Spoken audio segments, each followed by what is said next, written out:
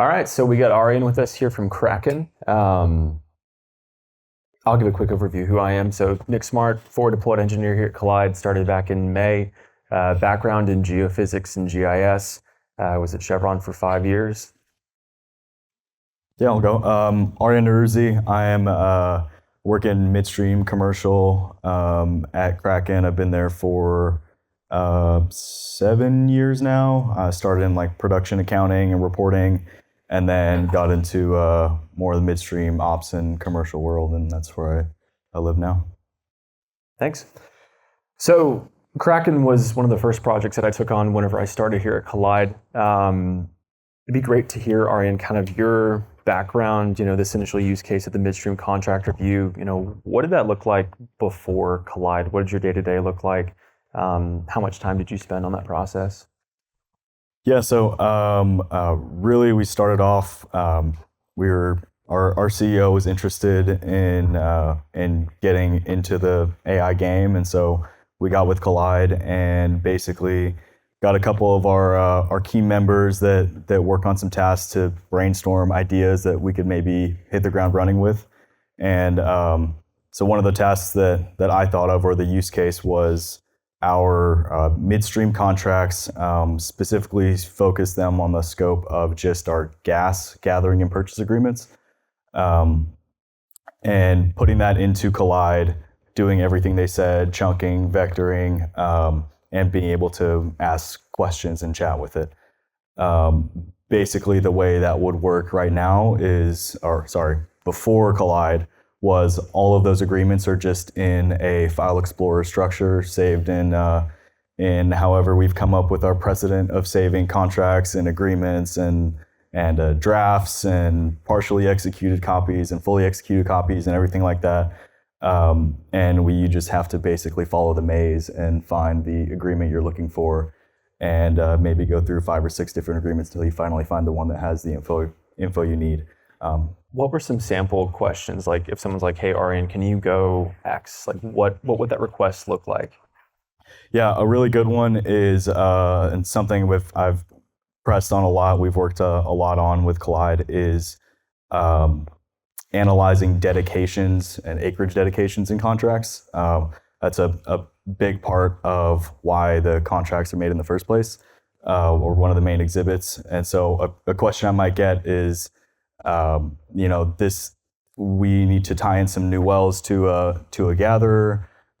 Is the acreage that these wells are producing, is that acreage under any existing agreement? So we drill our own wells, we inherit wells by way of acquisition as well. And so we may not know off the top of our head if that acreage that is fully a white space has been dedicated under some other contract that we inherited maybe. So that's a question that's always a frustrating one to have to go and look through. I mean, you don't even know where you're looking. Just right. All of your contracts to see if any of them that you don't know of happen to have these certain sections in the unit in their dedications. And I'd imagine that those questions, right, that's not a part of your day-to-day where these are just things that you're naturally thinking of. You're kind of stopping, focusing on the requests, going through file folders, et cetera, to try and scrolling through pages and pages of documents, find that answer, pull together a couple different documents to compile a complete answer, and then give that back. Would that be a fair statement? Yeah, that's exactly right. Because you also don't know, let's say, you do find the answer you're looking for in one of the contracts. Well, what if it's in another one or another 2 or 3, right, which has happened.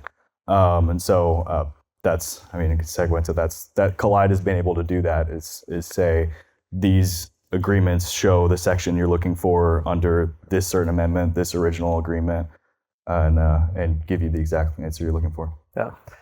Maybe we can talk a little bit about like what that process looked like, from start to finish. Y'all came to us with this use case, we engaged, we got access to the data. I think something that might be really helpful for the folks here is like, what did that user engagement process look like? What did the iteration look like? We had a lot of back and forth with looking at chunk size, getting feedback. What was helpful to you as a customer being able to work with us and make sure that those answers are correct? Yeah, the way we handled that was, well, first I started off with, I said we narrowed the scope to just gas purchase agreements, with the future plan of going on to water and oil and fresh water and everything too. But narrowing the scope just to gas to keep the variables low. The initial part of the project was even smaller than all the gas agreements. It was just a certain gatherer, or I think we started with two maybe. One with a lot of agreements and amendments and stuff, and then one more that had just a few, just to narrow that scope even more for the initial testing. So started with that, got the agreements in there. John and the team did their work to rag it so we could ask our questions, and then basically just plugged away asking questions that I would want to ask or I would get asked about our agreements, and got answers, and then follow-up questions, stuff like that in the chat.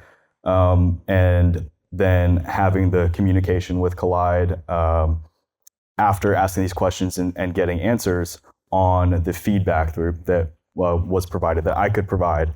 That was a big part, was having the ability to basically thumbs up or thumbs down a response, give a comment to how accurate your response was.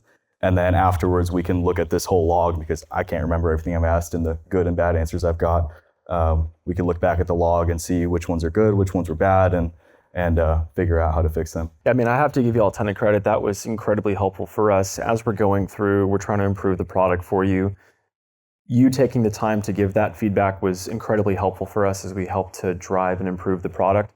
John and I spent a ton of time going through the feedback that you left.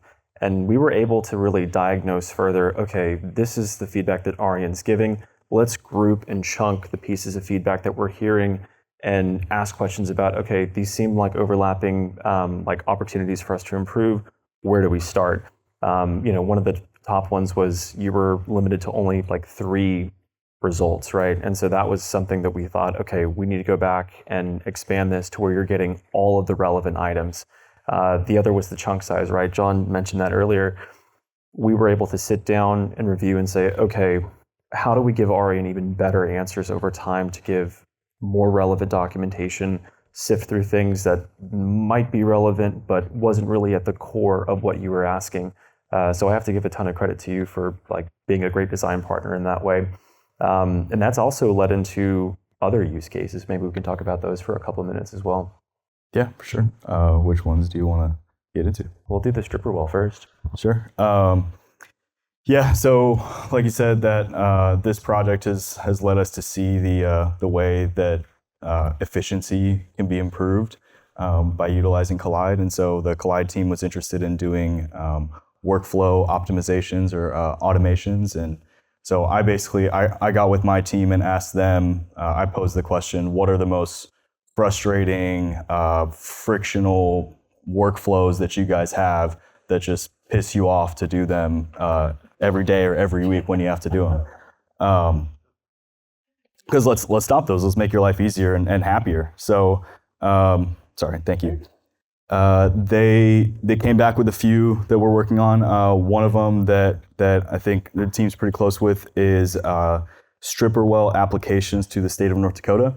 So what that is there's a requirement, a threshold that for production that a well, if a well is within, then you can apply for stripper well status or designation with the state of North Dakota. They send that to the tax office, and then if that's approved by the state, you get a lower tax rate.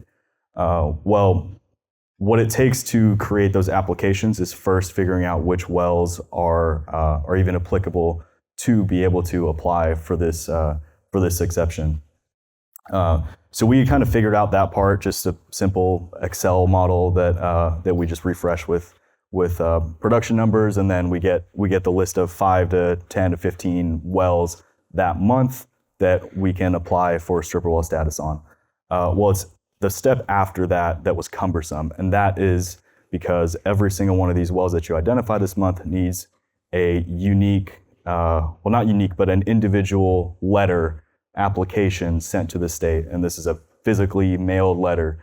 And what that is we've over the course of time, We've got a precedent of what the state wants to look for in these letters. So basically, we've got all this header information and certain pieces of production info and data related to the individual wells that the state needs to see in order to approve the exception. Well, that you have to go and find all of this information from different places, different resources, and put them into one letter. This is for every well, every month that you identify. So that's where the engineer on my team that does this said, that this part seems like it's, like we said, it's repeatable, it's frustrating, and it's not really brain intensive. You just have to go to different places to translate information to a Word document and then print it out and mail it.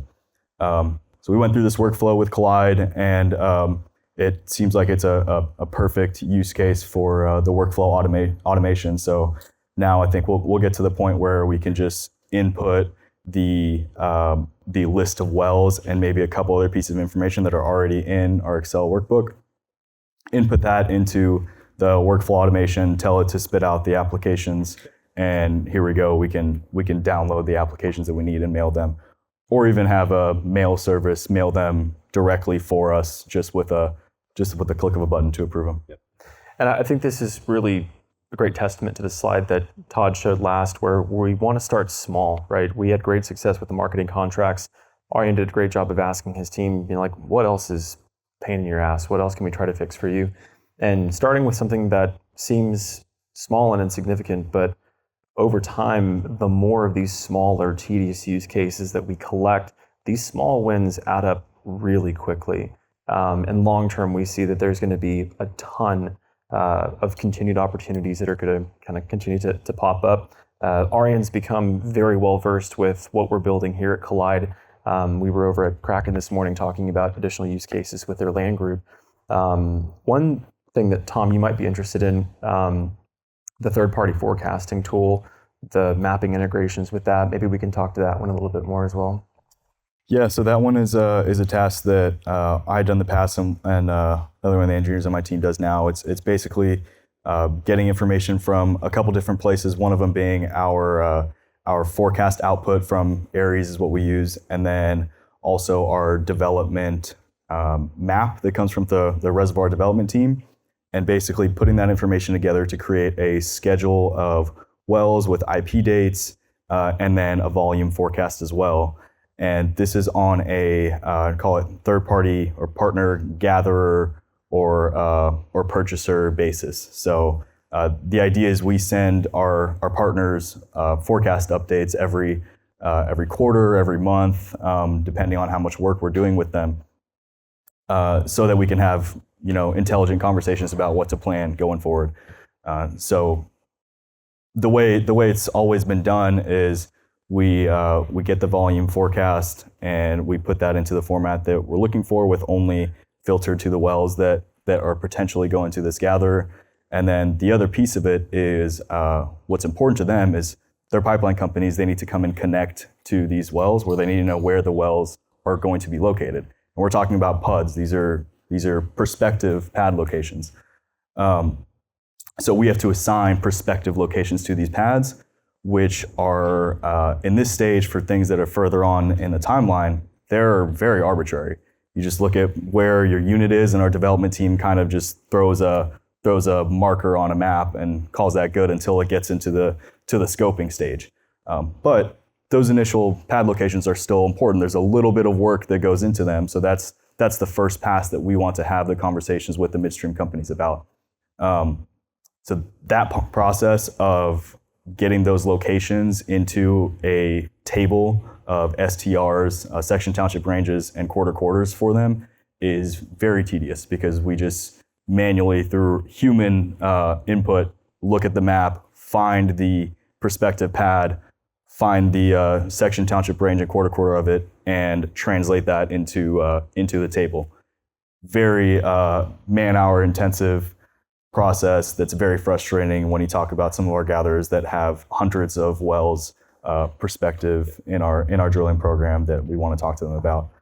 Super time intensive process, and really just yesterday we had an awesome follow-up conversation about that.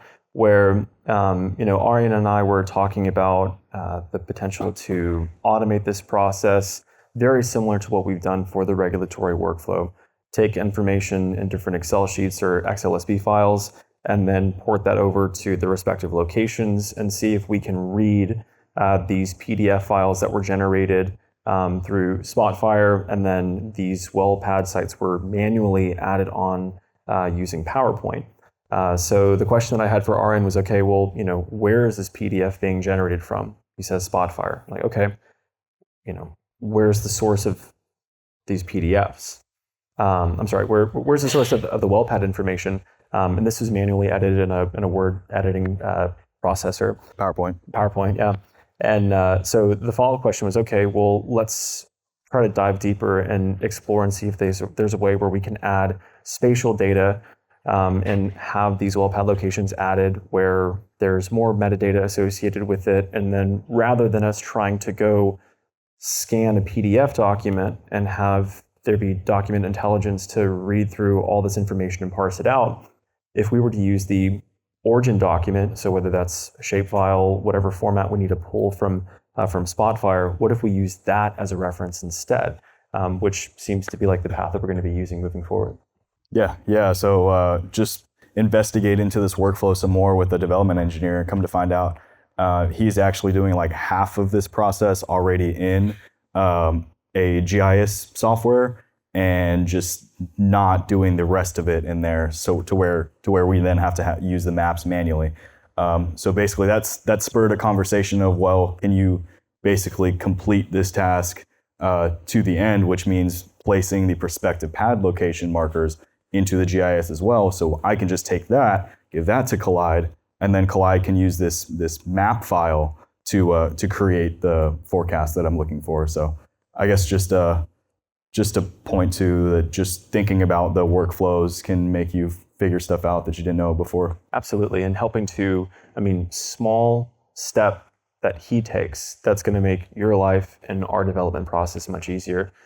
This also opens the door for us to be able to start pulling in some of these JSON files or shape files that, so Aurian's going to be providing me with a packet of documents within the next week or so. And then Michael and I are going to begin really like our first full-fledged FDE project and see, okay, how can we go through and first of all complete the completion of the Excel file output. So Aurian said, hey, here's the ideal output that we'd like to see with specific formatting, which is easy for us to pursue. We know exactly what we need to have as an end output. Michael and I are then going to sit down and think through, okay, how would we want this information to be presented to the user? Is there a visualization element where we can highlight or zoom to specific well pads when you ask questions about it? So this is really, for me, I'm extremely excited about this. I'm going to geek out over GIS for a couple weeks. But we're really excited about this opportunity to start with a small scope of work, right? But this is going to add continual value back to Kraken into other use cases that we'll have in the future. Yeah, just to throw another one that we talked about that. Can I ask a quick question, because I'm sitting over here with Plains All American. Let's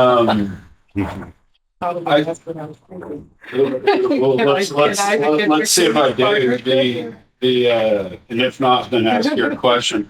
I'm sitting there going, okay, if we can automate the projected volumes by marketing agreement so that we can go talk to the midstream company. We can automate that. I see how that saves you time and gets rid of a headache.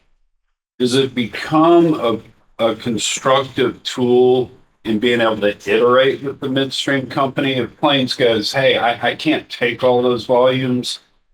Can you give me 3 less wells or something? Because you can do it quickly, is that going to lead to potentially more agreeable outcomes between the two of you? That's exactly what I was thinking. It's like, I would think it becomes a partnership. Yeah. And then we just start splitting the difference on the capital cost.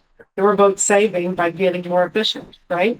Absolutely. Yeah. That's a big part of what happens. And it's kind of something that can't happen fast enough because it's such a cumbersome task to do.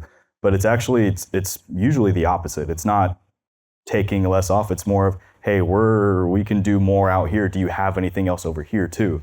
So when we say, oh yeah, we do, let's go through this cumbersome process of making you another forecast with all this info that we didn't put in the first time. So yeah, that's how we would do it, add on more and show even more to the third parties. And if I'll guarantee those volumes, will you knock 50 cents off or whatever the case may be? Exactly. Yeah. Then negotiations were.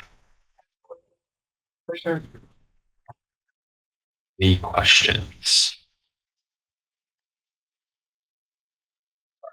It's really cool, the marketing contracts. I assume, are you going to be able to, with the GIS part, like layering the acreage dedication map over that? And That's what I was getting to before Chuck cut me off. Yeah, that's exactly the use case that's exactly what I was talking about. I forgot about. Yeah, I've talked to Nick and the team about that. Is those dedications, mapping those is another extremely cumbersome process that we take on every blue moon just because it takes so long, but it adds so much value. So yeah, being able to visualize all the dedicated acreage in a certain contract, everything that was added on in future amendments, and then overlaying other contracts, because like I said, some might have the same sections dedicated, some might have different ones, some might have well bores only, some might have acreage, some have just lands. There's so many different ways to be able to label it and visualize it that you can't grasp it as well when you're just looking at the table and at the end of the agreement. Well, and to add more context to that too, when we had these discussions, you were saying, hey, like I'd love to be able to spin up some more maps, but y'all run lean. So you can't just ping your GIS analyst for every single mapping request you have. So if you could throw something together really easily in a Collide instance and say, show me this particular map location with these particular elements, and I want it to be these specific colors, you could have that done. You don't have to ping that person anymore. You can get work through much faster. Yeah, exactly. That's huge. We have one GIS analyst, and she works under our reservoir development team. So like we don't bog her down with that stuff. She's focused on other things. So any type of maps for our midstream agreements that we want, it's we have to build them ad hoc ourselves. how many different gas gathering agreements do you have? Are you in the dozens? Gas gathering partners, we've Just like the different dedication agreements. oh gosh, every agreement has dedications. I mean, we're in the probably close to 100. It's my guess. Yeah. Each of those rural agreements have probably have priority volumes, like you have a certain amount of priority volumes, and so trying to optimize that with those midstream partners. Exactly. Yeah. That's could be very cool. Yeah, exactly. You'll end up with primary dedication and then secondary, and then sometimes tertiary or areas of mutual interest. That's like, hey, let's talk about it, but we're not necessarily obligated to gather them. It gets super messy. Yeah, so the current search that you do on what's currently working, like you're searching, hey, give me this section or this quarter section, and like what of these documents have that in there, or how does that actually work? Yeah, so types of searches that'll happen right now are, I might ask like, well, this is actually an example I got yesterday. I had a new amendment come in for some new wells that were getting tied in. There are parent wells in the existing unit, which are on an old contract that we inherited. Well, these new wells, they're longer laterals, so they have another section in there. So, but these new wells we were going to add to a different agreement, a newer one. Well, I got an amendment to get from the third party to get those sections added to the acreage. Well, I saw one that didn't make sense. It wasn't in that acreage, so I went and Collide and asked, what agreement is this section township range under? And it took me exactly to the amendment that it existed on that was from 2021. That's already dedicated to them, so it did not need to be on this amendment. So that's an example of asking what agreement is this section under, and then I go the other way as well, like what sections are dedicated under this agreement. Those are simple ones. And the old way to do it, you just have to go through all the documents. Yeah, exactly. Yeah. And do you have the dictionary where you can ask well name and it goes, this API, and it traces all the way through the section township range, or have we not gone that far yet? We haven't gone quite that far. So some of the agreements have well names in them that are associated with the sections that are getting dedicated, but some don't. They just have a big long exhibit of like 100 rows that says that labels every single section being dedicated.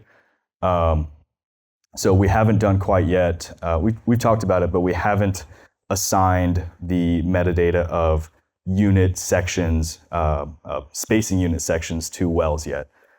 That's something we've talked about that I would like to do as well, because we have some agreements that don't have the well names with them. But if you have the mapping layer, you could infer that. Visualize it very easily. Right. So I do want to say that as Chuck asked that question, my dev team here that's busy talking to me.